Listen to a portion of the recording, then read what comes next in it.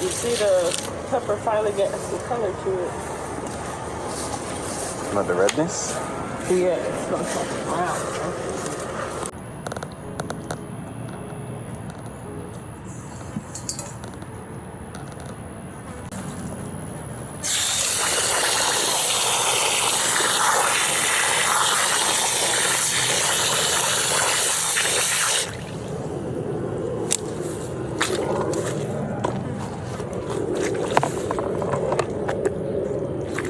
The storm has knocked over our corn stalks. Yeah, so we definitely have to harvest them now. Yeah, it's right from the bottom.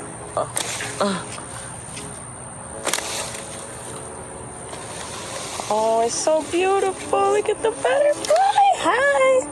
Oh, how many heads is that? 1, 2, 3. Is that 3, 4? Yeah, 4 heads per stalk. That's awesome.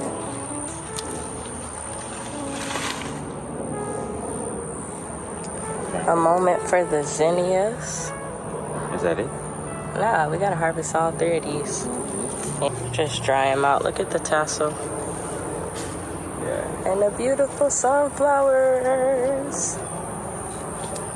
And then we can harvest the rest of these peanuts next week or sometime. Because, guys, these are all peanuts.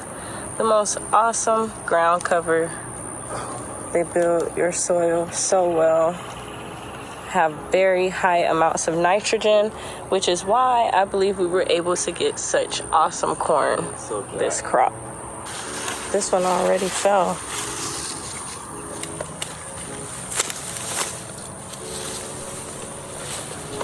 It's hot, guy. Yeah. Popcorn. Look at the ants scattering.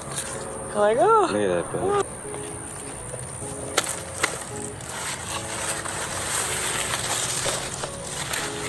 Yeah, this one might be tricky. Probably should just leave that. Cause why? look at, I don't know. It looks like it might have disease already. I'm not harvesting these to eat them, but yeah, feels funny too. Yeah, let's leave that. Maybe we'll have a surprise corn crop. We got my corn. It's corn.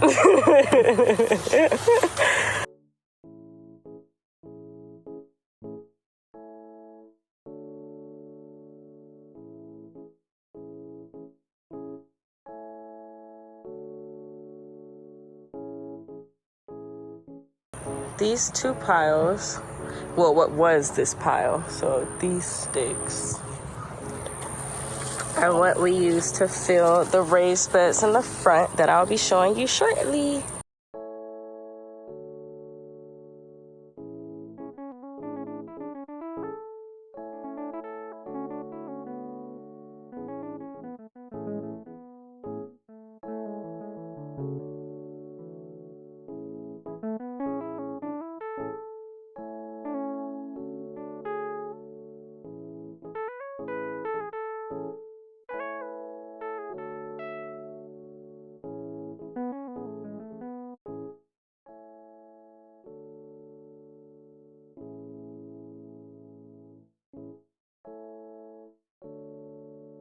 I just wanted to show you guys why you should be using wood chips in your no-dig garden beds. So if you live in Central Florida, there's a thing called chip drop where they give you free wood chips from trees that they've chopped down in people's houses or on people's yards. So if you live in Florida, you can use the link that we have in our description box to request a chip drop, and whenever they get around to it, it's no time frame. They drop off a huge amount of wood chips. Now, we've used these wood chips for that first pile is over a year old.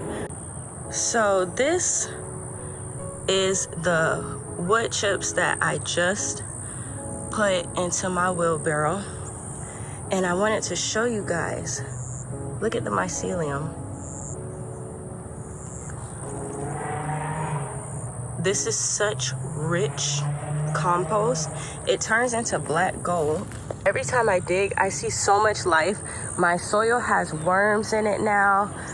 It has just like tremendously benefited our food forest in this little bit of time, and it's free.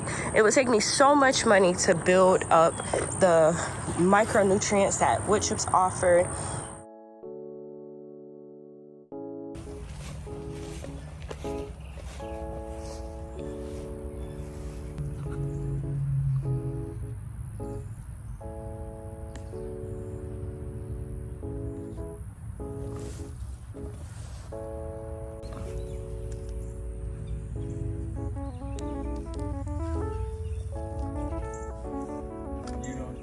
Right. I was like, okay.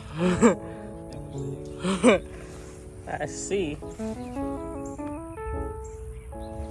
Our next garden project, we're gonna have Trey install these, what are these called? U-pipes? U-posts. U-posts from Home Depot. They were $7 each. He's gonna install one on each side as well as one in the middle so that I can do another Florida weave like we have here. Yep, you just use your good old mallet and you don't stop until it gets too hard to hit.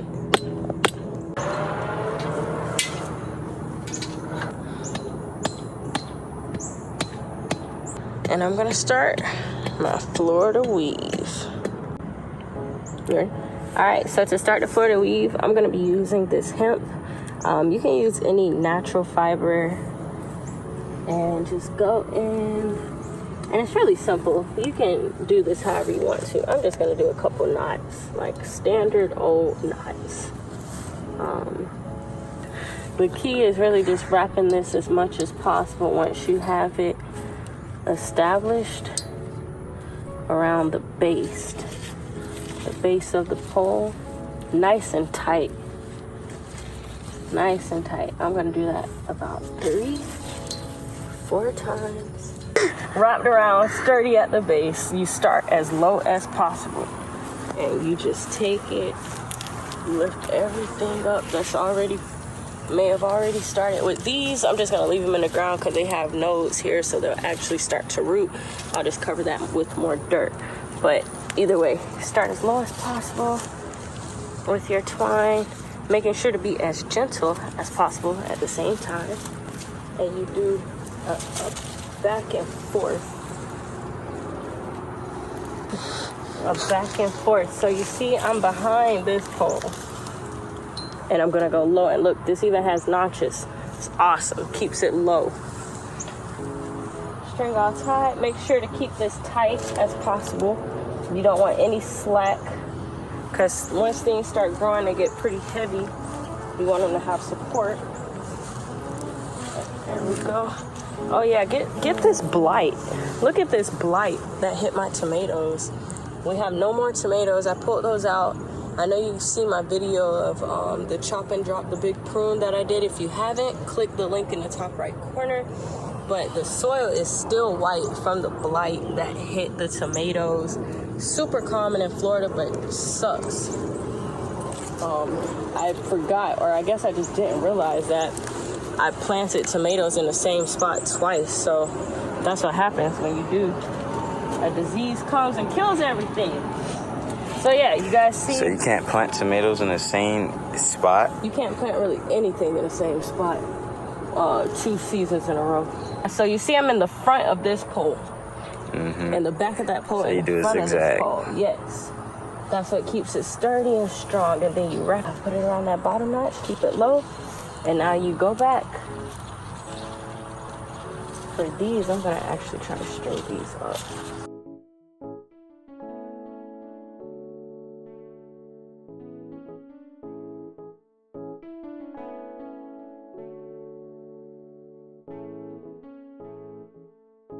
Now we're putting around the front of this.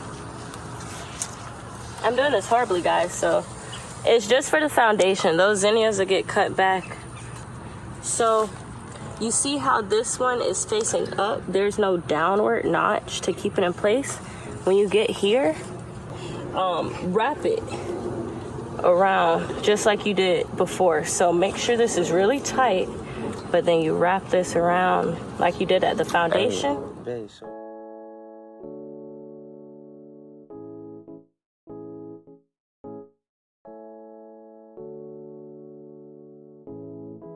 And this is it.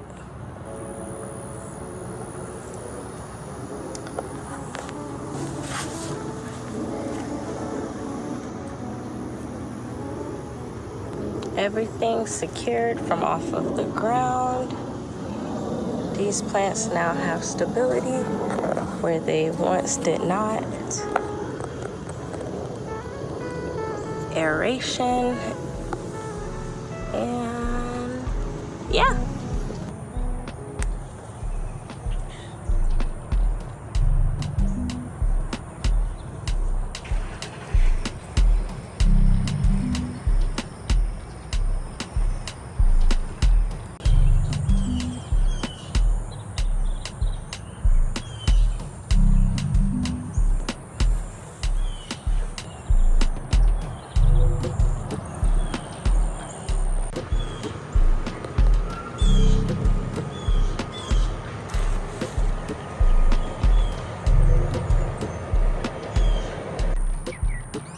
I let this garden bed get way out of hand, so I'm about to come and tackle all of these weeds. There's a bug that wants to say hi. Last but not least, this is our compost pile. I have not looked under it yet. I'm not gonna lie, I'm scared. I'm gonna put my gloves on so I can check up under here. Oh my God, I see a snail. Oh, let's see if I can get this on camera. You see it? Oh. Just as I was talking about being scared to go in there.